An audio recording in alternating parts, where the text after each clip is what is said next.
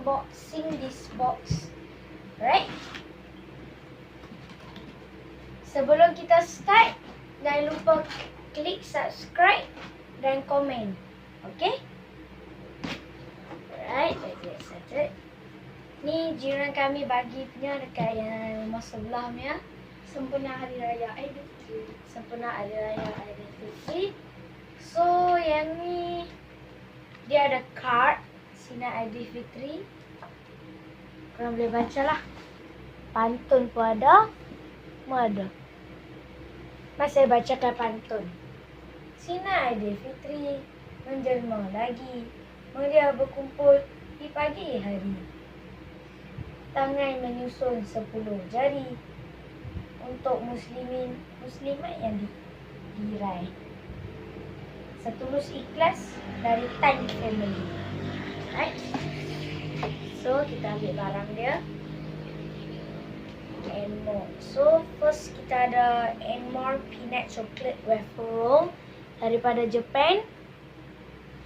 Peanutnya so produk of Indonesia lah, tapi dia diperbuat oleh Japan. Tu tanda Japan kat situ. Okay. Semua. Ni kita juga ada kurma Sun Sweets. Kurma. Kita orang tak makan lah kurma, so kita orang akan bagikan untuk kita orang lah. So, kita ada lagi satu kurma. Tapi ini kurma yang bertangkainya, Yusuf Tayyub. Tapi nampak nama pun macam mahal kan. So, kita orang tak tahulah dia berapa. Kita orang tak pernah beli yang jenama macam ni. So nanti kita orang suruh untuk kita orang test lah, tengok sedap tak. Okay. So ini Barrels cookies. So yang ini berry susah nak dapat lah, tapi kalau nak senang korang kena pergi dekat Design Village tu. Design Village. Lalu ramai orang nak pergi lah kat Barrels Design Village tu. So, okay.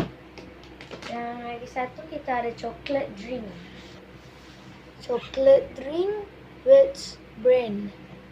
Tapi dia memang sedap lah, tapi ada rasa pahit sikit. Saya dah rasa dah.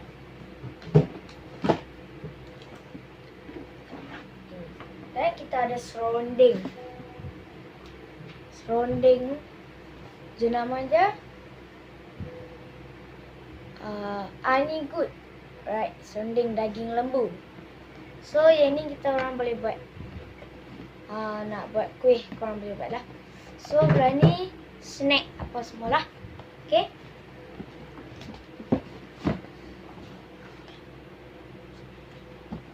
Seronding.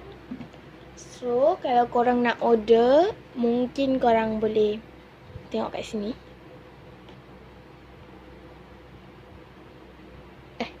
Mana? Ni. Sorry.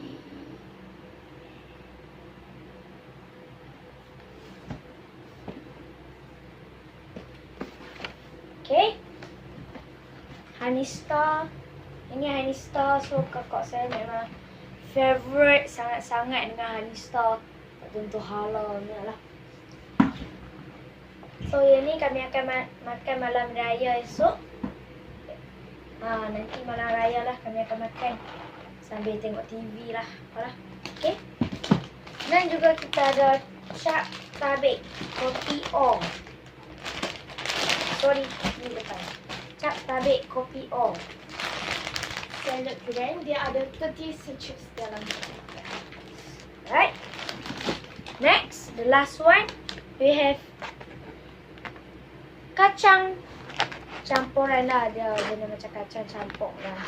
So dia daripada Taisun. Semua makanan dalamnya halal. Okay, ini Mimi Black Currant Cranberries Berries Fruit Drink Base 1 liter. Right, sorry lah, yang ni last. Saya lupa nak tunjuk. Okay. Goodbye. Jangan lupa komen dan klik subscribe. Bye-bye. Jangan lupa tengok next channel. Alright.